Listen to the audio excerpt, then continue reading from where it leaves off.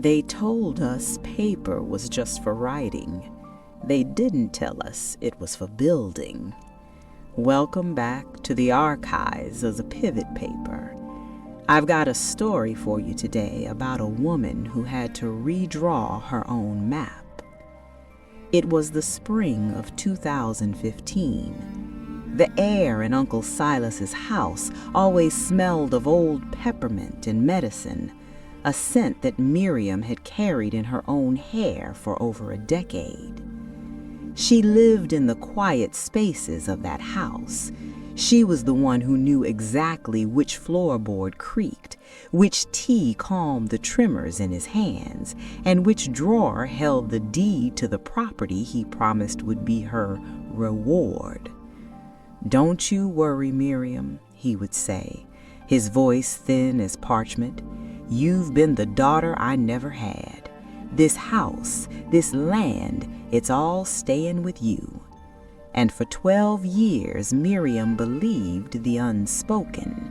She believed that her labor, her sleepless nights, the canceled vacations, the years she set aside her own career to manage his, was being recorded in some invisible ledger of the heart. But the heart doesn't have a notary. When Silas passed in the quiet hours of a Tuesday morning, the house didn't feel like a legacy anymore. It felt like a trap. The great erasure of 2015 didn't happen with a fire or a flood. It happened with a lack of ink.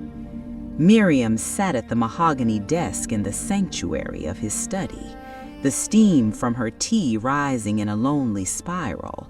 She opened the drawer where the deed was supposed to be. She found the paper, yes, but she didn't find her name. The deed was in Silas's name alone. There was no will. There was no trust. There was only the unspoken. In the eyes of the law, Miriam wasn't a devoted niece or a primary caregiver. She was a guest who had stayed too long. By Wednesday afternoon, the phone calls began. Distant cousins from states she'd never visited, people who hadn't called Silas in 20 years, were suddenly asking about the inventory. They spoke about the house as an asset. They spoke about the land as a liquidation opportunity. None of them spoke about the 12 years Miriam had spent keeping the roof over Silas's head and the medicine in his cabinet.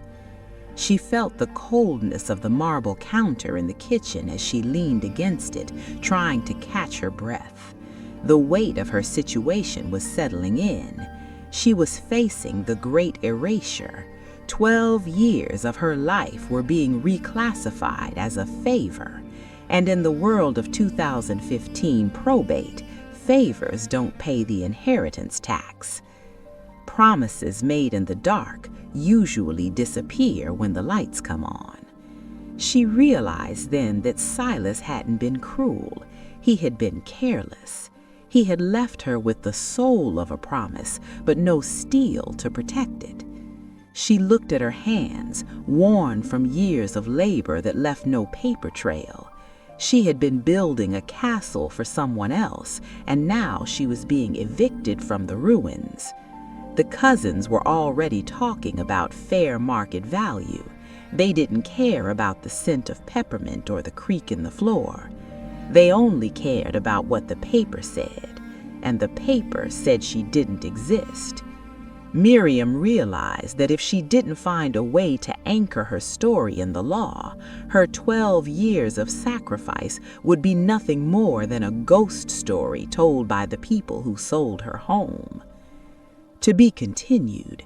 In Part 2, we witness the audit of the heart, the moment Miriam stops being a niece and starts being an architect of her own survival. The rain began as a low hum against the library glass, a steady, rhythmic tapping that sounded like a clerk counting out coins. Miriam sat at the mahogany desk, her fingers tracing the deep grooves of the wood where Silas used to drum his fingers when he was restless. The phone had rung 3 times that morning, each call a different cousin, each voice a different shade of artificial sympathy. They weren't asking about her grief. They were asking about the inventory of the silver and the date of the estate sale. She realized in that moment that they didn't see a woman who had sacrificed her 30s to change bandages and manage a failing memory. They saw a caregiver, a line item in Silas's life that had already been paid for in room and board. The betrayal wasn't in their grief, it was in the silence of the law. She set her tea down, the porcelain clicking sharply against the saucer, the sound of a door closing. She looked at the stacks of medical logs she had kept since 2003, 12 years of entries written in her own steady hand. Every pill, every doctor's visit, every night she sat awake during the pneumonia of 2011. She realized that these logs weren't just a record of service, they were the forensic construction of a debt. If the unspoken was going to be erased, she would have to translate the language of the heart into the language of the ledger. A family favor is a beautiful thing until you try to pay the mortgage with it. Miriam opened her 2015-era laptop, the whir of the cooling fan filling the quiet room like a mechanical breath. She began the technical pivot, the transition from invisible labor to contractual claim. She didn't start with the house. She started with the forensic audit of the care. She began to cross-reference her medical logs with Silas's bank statements from the last decade. She found the paper trail of her own authority, the checks she had signed as his agent, the contracts she had negotiated for his care, the bills she had paid with her own redirected salary. She was reconstructing a ghost. In the archives, she was performing a quantum meritus analysis, a legal principle that says no one should be unjustly enriched by the labor of another. She was proving that her 12 years had a market value, a value that exceeded the gift of a bedroom. The asset architect knows that an inheritance is not a reward, it is a settlement. She realized that Uncle Silas had actually attempted a living trust back in 2009. She found the draft in a dusty folder titled Future Plans, a document that had been started but never funded or finalized. It was a skeleton without a heart. But inside that draft was the key to the kingdom, a specific caretaker provision. Silas had intended for the house to be held in trust for her, specifically citing her extraordinary service and sacrifice. The cousins didn't know about the 2009 draft. They didn't know that Miriam was no longer looking for a favor. She was looking for the sovereign successor. She picked up a heavy silver fountain pen, the one Silas used for his most important correspondence. The weight of it was grounding, a tactile anchor in the storm of probate. She wasn't just a niece anymore. She was the one who held the data. She began to draft a formal notice of claim to the estate's interim administrator. She wasn't asking for the cousins' permission to stay. She was notifying them that the estate owed her 12 years of professional management fees, a debt that sat senior to their inheritance. She was turning the unspoken into a legal encumbrance. The grandfather clock struck noon, the chime vibrating through the floorboards. Miriam felt a shift in the air of the house. The shadow seemed less heavy, the great erasure less certain. She was no longer waiting for the law to be kind. She was forcing the law to be accurate. To be continued in Part 3, we enter the legal reckoning, the moment Miriam presents the steel to the soul and secures the gate against the intruders. The scent of beeswax was heavy in the library that afternoon, the smell of a room being prepared for a transition. Miriam sat behind Silas's mahogany desk, but she wasn't sitting in his shadow anymore. She was sitting in the light of her own documentation. On the desk lay the 2009 draft of the living trust, flanked by 12 years of her meticulously kept medical logs and a stack of bank statements that told the story of a woman who had quietly funded a dying man's dignity. The cousins arrived at 2 p.m. They brought a local appraiser, a man who smelled of stale coffee and damp wool, who began touching the silver as if it were already a line item in a bankruptcy auction. "We've decided to put the house on the market by June," the lead cousin said, his voice carrying the false authority of someone who had never actually changed a light bulb in the building. "Miriam, we'll give you 30 days to find arrangements." Miriam didn't flinch. She felt the coldness of the marble paperweight under her left hand, grounding her. With her right, she slid a leather-bound binder across the desk. "You aren't selling the house in June," Miriam said, her voice dropping into the low rhythmic register of the asset architect, "because the house is currently encumbered by a senior creditor claim for 12 years of uncompensated professional management and medical advocacy." The appraiser stopped touching the silver. The room went silent, save for the steady, unforgiving tick of the grandfather clock. This was the exorcism. Miriam was stripping away the family favor narrative and replacing it with the institutional ledger. Uncle Silas left a draft for a living trust. While it was never funded, the language inside constitutes a formal acknowledgement of debt. In the archives of 2015, we call this the Caretaker's Lien. She wasn't just a niece anymore. She was the trustee of her own survival. She explained the steel of the situation by filing a notice of lis pendens, a formal notice of a pending lawsuit regarding the property. She had effectively frozen the title. No one could sell the house, no one could mortgage the land, and no one could liquidate the memories until her claim was settled in full. The cousins looked at the binder as if it were a live wire. Inside, Miriam had calculated the quantum merit value of her 12 years. She hadn't billed them for love. She had billed them for the market rate of a 24/7 registered nurse, a property manager, and a power of attorney. The total was higher than the equity in the house.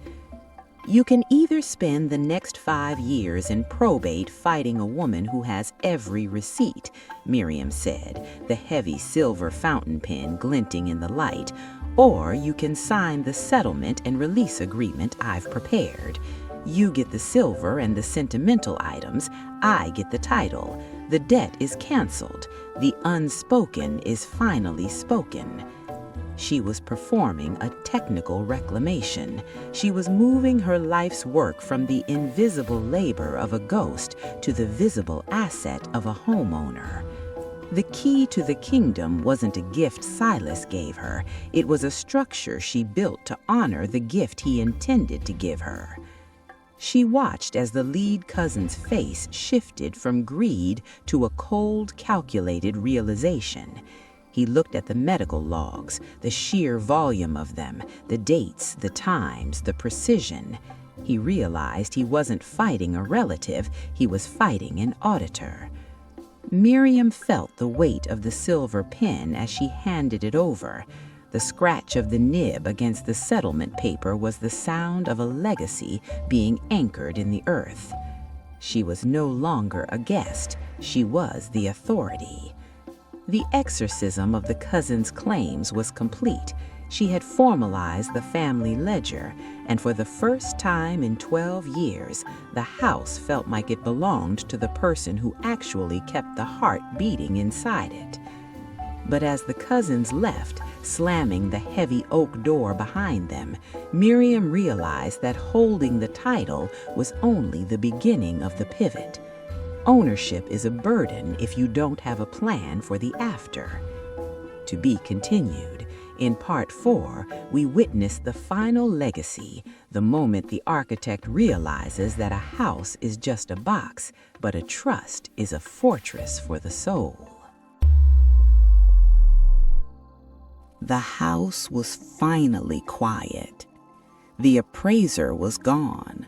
The cousins were a memory of slamming doors and fading taillights. Miriam stood in the center of the drawing room, the evening sun casting long golden fingers across the floorboards she had polished for over a decade. In her hand, she held the recorded deed. It was just a piece of paper, but it was heavy with the weight of 12 years of unspoken labor finally given a name. She walked to the desk and sat down. The scent of beeswax and old books was no longer a reminder of her servitude. It was the fragrance of her sovereignty. The victory wasn't in the brick and mortar, though the shelter was a mercy. The victory was in the intergenerational realization. Miriam understood now that the great erasure happens when we treat our time as a gift and our labor as a favor. She had spent a decade as a ghost because she hadn't insisted on being an architect. She looked at the empty 2009 trust folder that Silas had left unfinished. She didn't throw it away. Instead, she placed her new finalized sovereign trust documents inside it. She was building a wall that Silas had failed to build. She was ensuring that if she ever needed care, the woman sitting in this chair wouldn't have to fight a battle for her own existence. She was documenting the value of the heart so the law would never have to guess again. This is the trust of the unspoken. It is the moment we realize that love without a ledger is a legacy at risk. The asset architect knows that the highest form of care is the care that is documented. It is the signature that says, I see you and I protect you even when I am no longer here to speak for you. Miriam picked up the heavy silver fountain pen. She wasn't just signing for herself. She was signing for the line of women who would come after her. She was ending the era of the invisible niece and inaugurating the era of the successor trustee. The shadows in the corners of the library didn't feel like ghosts anymore. They felt like witnesses. She had redrawn her own map. She had taken the ruins of a careless promise and built a fortress of contractual truth. The archives of 2015 remind us that the most expensive thing you will ever own is the unspoken agreement. Speak it, document it, anchor it in the earth. Because when the steel of the trust meets the soul of the family, the resulting legacy is the only thing the world cannot erase. It's time to stop being a guest in your own life and start being the architect. Sign your own pivot. Subscribe to the paper. Legacy is not what we leave behind. It is what we put in place. You have heard the story. You have seen the pivot. Now the drafting table is yours.